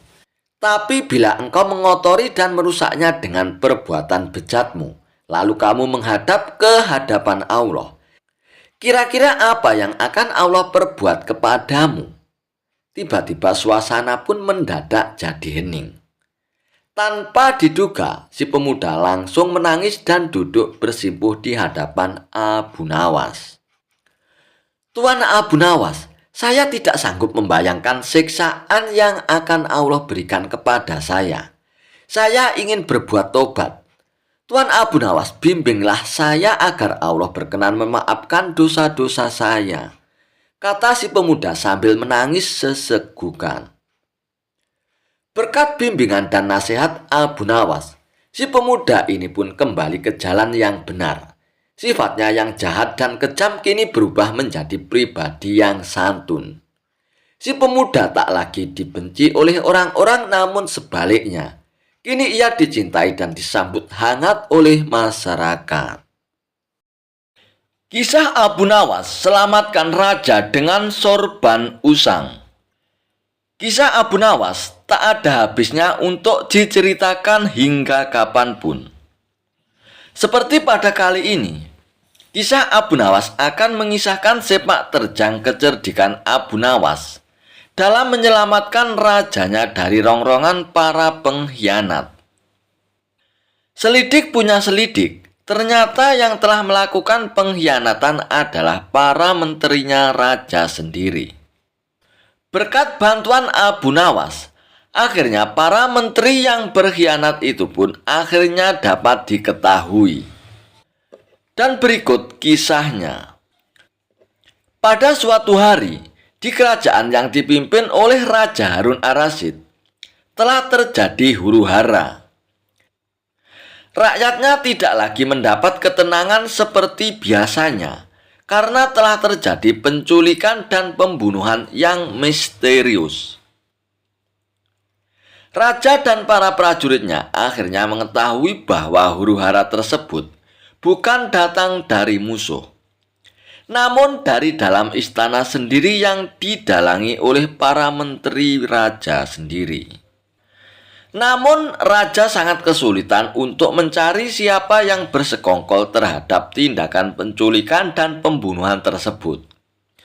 Karena Baginda Raja melihat bahwa para menterinya semua taat kepadanya.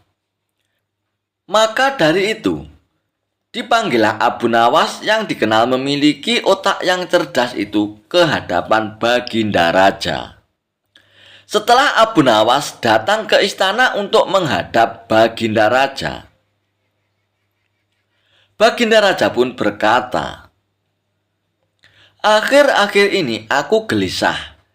Seolah-olah ada seseorang yang hendak mengkudeta kerajaanku.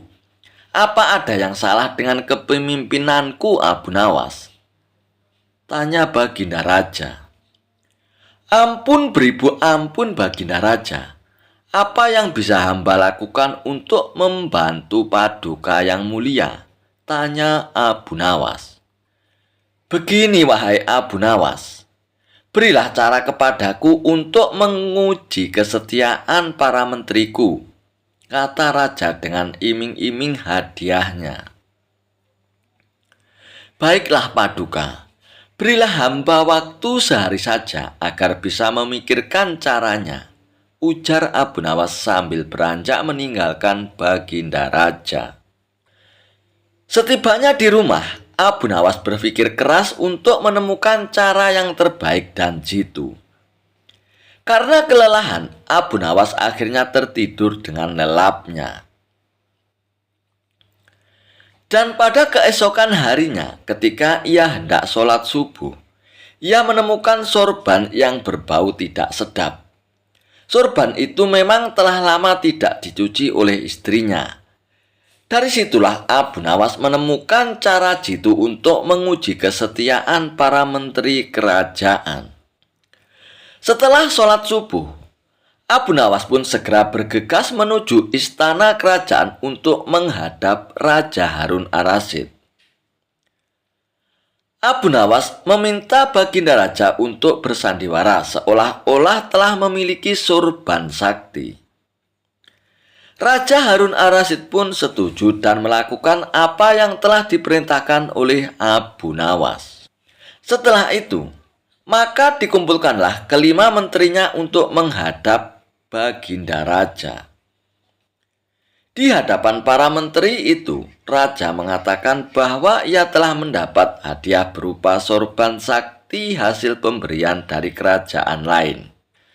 Dan salah satu kesaktian sorban itu adalah bisa menentukan masa depan kerajaan di masa yang akan datang. Wahai para menteriku, bantulah aku untuk menentukan masa depan negeri ini, titah Baginda Raja. Bagaimana caranya, wahai Baginda? Tanya salah seorang menteri. Masing-masing dari kalian, coba ciumlah sorban hadiah ini secara bergantian. Apabila baunya wangi, maka kerajaan ini akan abadi.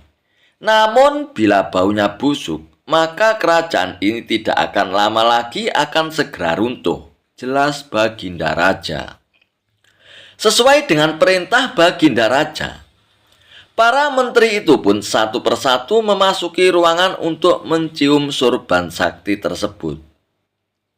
Setelah semuanya telah mendapatkan giliran, maka dikumpulkanlah lagi menteri-menterinya. Bagaimana baunya? Tanya Baginda Raja. Sorban ini, baunya sangat harum sekali, Baginda Raja. Niscaya kerajaan ini pasti akan abadi, Baginda, jawab menteri pertama. Menteri kedua dan ketiga menjawab sama dengan menteri pertama. Intinya adalah mereka berusaha untuk membuat rajanya senang. Giliran menteri keempat dan kelima angkat bicara. Di luar dugaan, menteri keempat dan kelima ini mengatakan bahwa sorban sakti tersebut baunya busuk dan menyengat hidung. Mendengar pernyataan menteri keempat dan kelima itu, Baginda Raja pun akhirnya membuka rahasianya, yaitu bahwa sorban yang dikiranya sakti tersebut adalah milik Abu Nawas yang sudah usang dan tidak dicuci lama sekali. Maka bergetarlah badan dari menteri pertama, kedua, dan ketiga. Kini aku tahu siapa di antara kalian yang telah berkhianat kepadaku. Kalian telah terbukti berbohong dan kalian pantas untuk dimasukkan ke dalam penjara, ujar Baginda Raja. Menteri pertama, kedua, dan ketiga pun akhirnya ditangkap dan segera dimasukkan ke dalam penjara. Dan kepada menteri keempat dan kelima, Raja Harun Ar-Rasyid pun memberikan hadiah kepada mereka karena kesetiaan yang telah diberikannya. Tak lupa juga Abu Nawas mendapat bagian hadiah yang telah dijanjikan oleh Baginda Raja Harun Ar-Rasyid. Kisah Abu Nawas, panah pembawa rezeki. Abu Nawas memang cerdik. Meskipun tak mempunyai kemampuan untuk melaksanakan titah Baginda Raja, namun dia selalu berhasil melaksanakan tugas-tugasnya. Dan hadiah selalu menantinya. Sungguh rezeki yang tak disangka-sangka. Suatu ketika Abu Nawas diundang oleh Baginda Raja Harun Ar-Rasyid untuk makan bersama di istana. Maka berangkatlah para pengawal kerajaan untuk menjemput Abu Nawas di rumahnya. Tak beberapa lama kemudian, Abu Nawas pun telah sampai di istana dengan pakaian seadanya. Abu Nawas pun langsung diajak berbincang-bincang oleh Baginda Raja di pendopo kerajaan. Dengan berbagai jamuan makanan lengkap dengan minuman yang mewah. Melihat begitu banyaknya makanan, Abu Nawas pun sangat lahap menyantap makanan yang dihidangkan kepadanya. Sementara itu, Baginda Raja masih meneruskan perbincangannya dengan Abu Nawas tentang kekuasaannya. Baginda Raja Harun Ar-Rasyid bercerita kepada Abu Nawas terkait dengan luasnya wilayah yang telah dipimpinnya. Namun Abu Nawas nampaknya tidak menggubris. Malah dia sibuk dengan makanan yang tersaji di hadapannya. Tak lama kemudian, Baginda Raja pun mulai melontarkan berbagai pertanyaan kepada Abu Nawas. Hai Abu Nawas, kalau setiap benda ada harganya, berapakah harga diriku ini Abu Nawas? Tanya Baginda Raja. Abu Nawas yang masih dalam kondisi kekenyangan setelah makan makanan tersebut. Ia pun menjawab sekenanya tanpa berpikir panjang. "Hamba kira mungkin sekitar 100 dinar, Paduka," jawab Abu Nawas. "Keterlaluan sekali engkau ini, Abu Nawas. Harga sabukku saja 100 dinar, bentak Baginda Raja. "Tepat sekali, Paduka. Memang yang saya nilai dari diri Paduka hanya sebatas sabuk itu saja," ujar Abu Nawas. Karena tak ingin lagi dipermalukan oleh Abu Nawas karena kecerdikannya, kali ini Baginda Raja pun tidak mau lagi mengambil resiko dengan beradu pendapat dengan Abu Nawas. Oleh karena itu, Abu Nawas pun diajak oleh Baginda Raja menuju ke tengah-tengah prajuritnya yang merupakan ahli bela diri dan ketangkasan memanah. "Ayo Abu Nawas, di hadapan para prajuritku ini, tunjukkanlah kemampuan memanahmu. Panahlah sekali ini saja. Kalau panahmu dapat mengenai sasaran, maka hadiah akan menantimu. Namun jika gagal, engkau akan aku penjarakan," titah Baginda Raja. Abu Nawas pun bergegas mengambil busur dan anak panah. Dengan memantapkan hati, Abu Nawas pun membidik sasaran dan mulai memanah. Namun panahnya meleset dari sasaran. "Dari pengamatan saya, ini adalah gaya memanah para makelar tanah, Paduka," ujar Abu Nawas untuk menutupi kelemahannya. Sesaat kemudian, Abu Nawas pun mencabut anak panah lagi. Dan ia pun membidik sasaran. Lagi-lagi anak panah yang dibidikkan itu melesat terlalu jauh dari sasaran.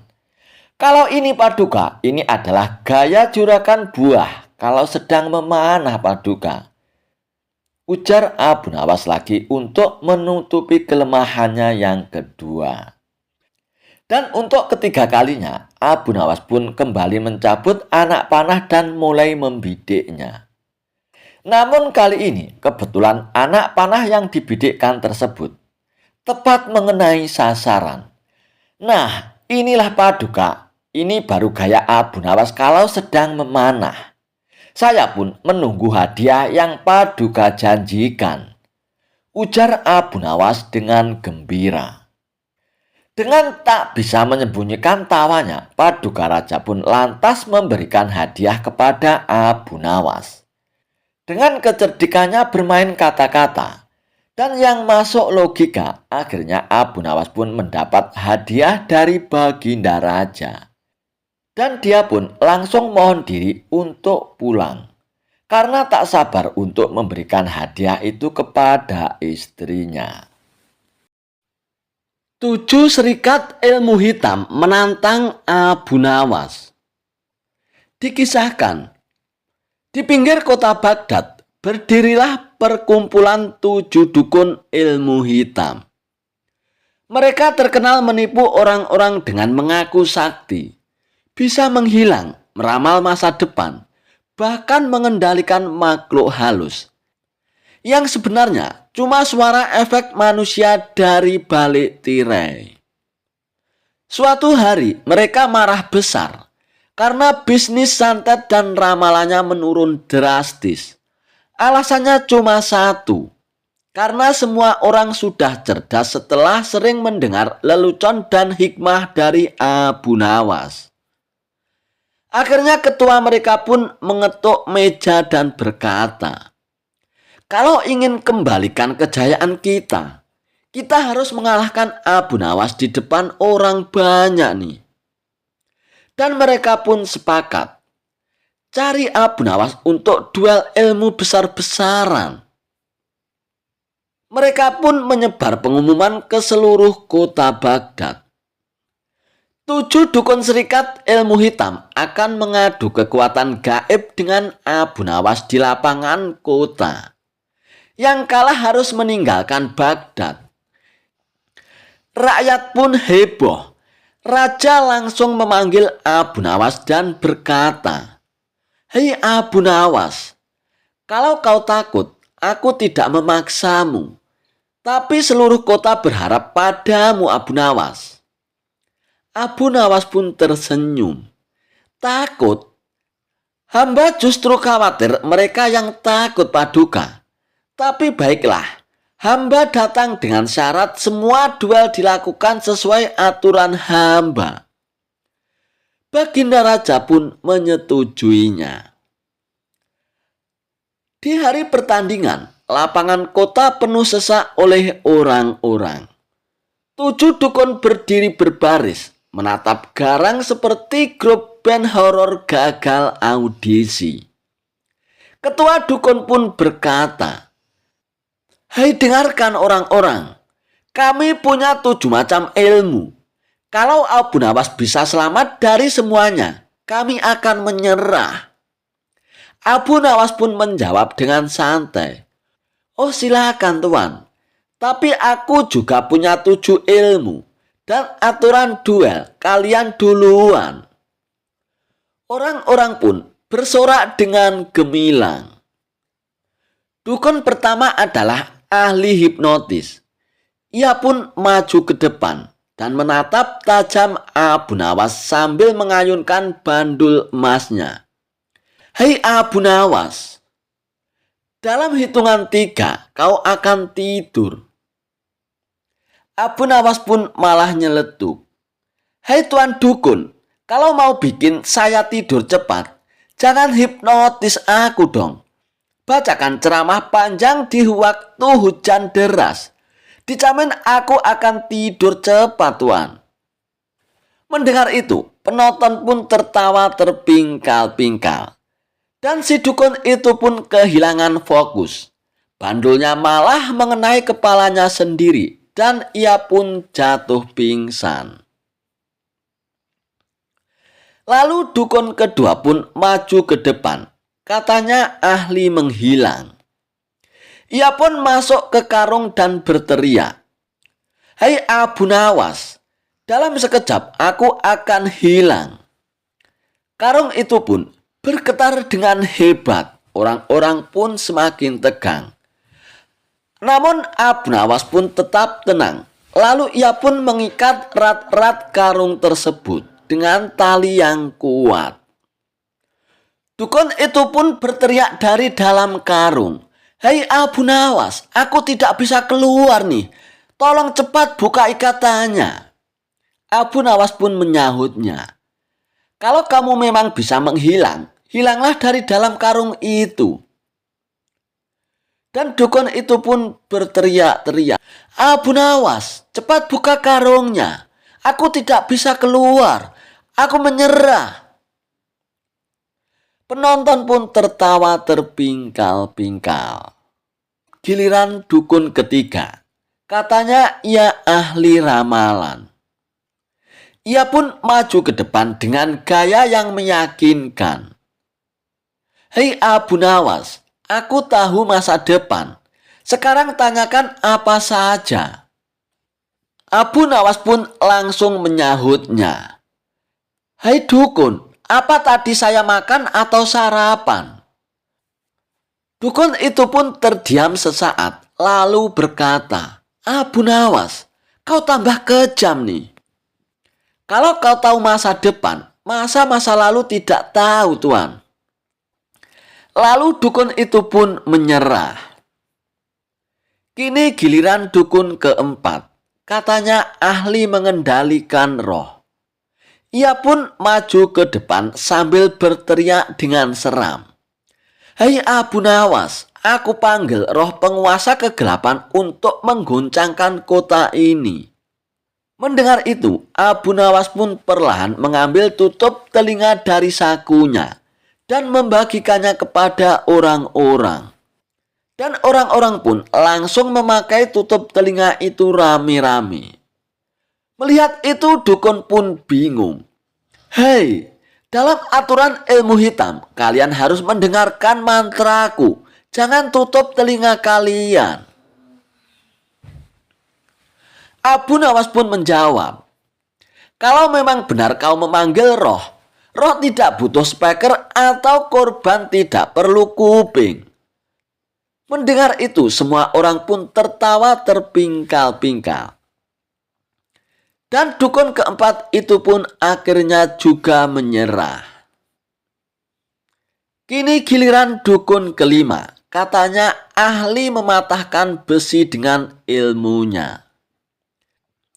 Ia pun menyiapkan batang besi, kemudian memukulkan ke tubuhnya. Gerak. Dan memang benar-benar besi itu pun patah. Penonton seakan percaya dengan atraksi dukun tersebut. Namun Abu Nawas tidak percaya.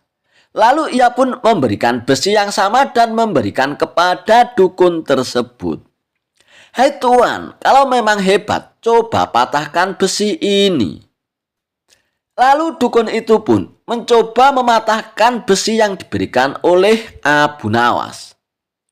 Namun berkali-kali mencoba, wajahnya memerah, urat lehernya pun keluar. Namun besinya tidak bengkok sedikit pun. Lalu Abu Nawas pun berkata, "Tuan, perbedaan besi asli dan besi mainan itu halus, tapi akal bisa membedakannya, Tuan." Dan merasa malu, akhirnya dukun itu pun menyerah. Kini giliran dukun keenam, katanya ahli kutukan.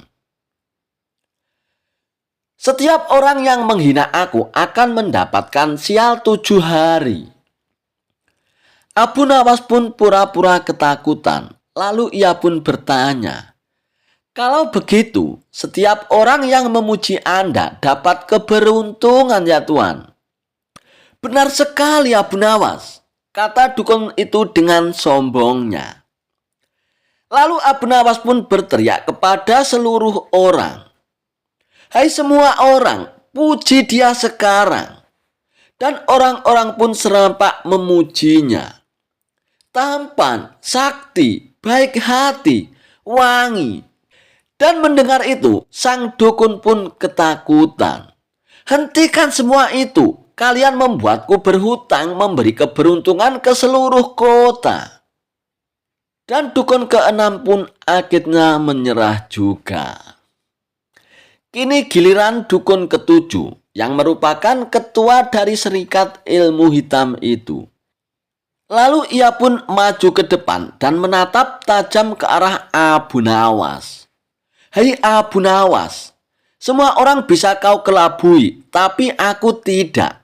Ilmuku berupa ketakutan.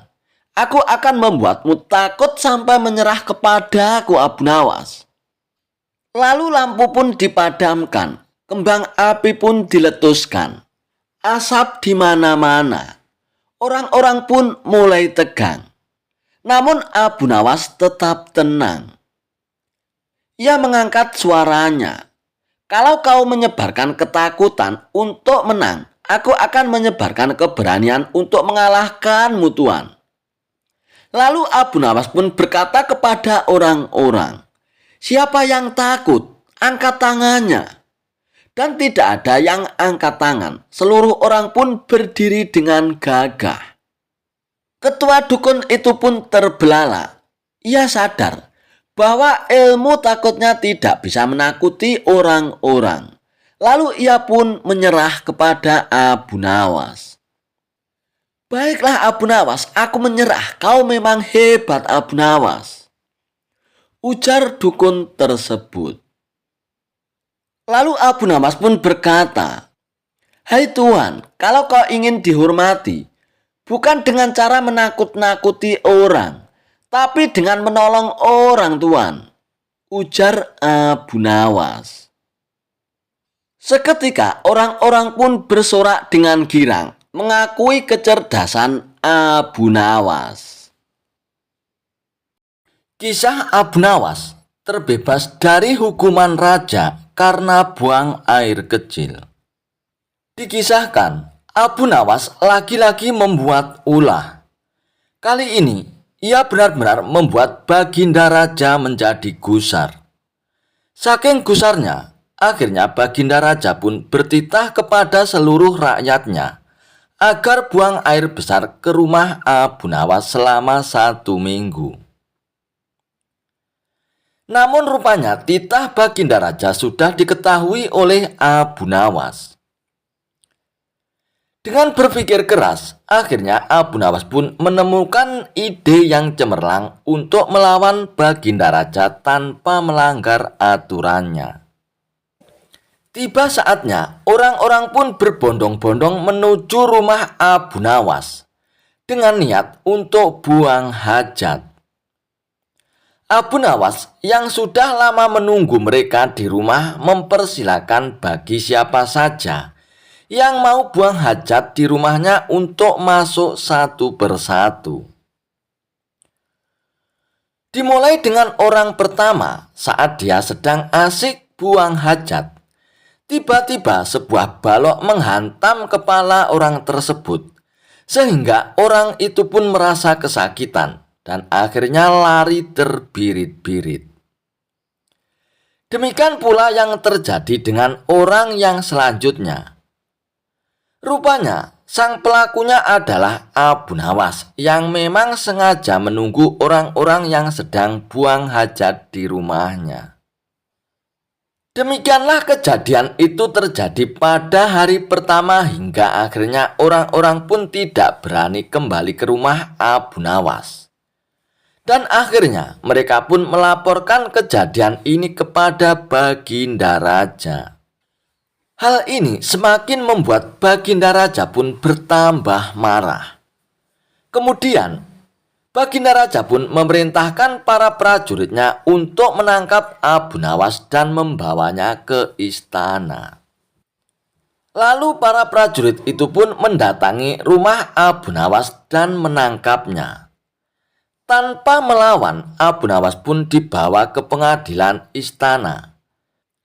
Setibanya di istana, Baginda Raja pun mulai menyidangkan Abu Nawas. "Hai Abu Nawas, tahukah engkau akan kesalahanmu?" tanya Baginda Raja. "Tidak Baginda Raja," jawab Abu Nawas dengan tegas.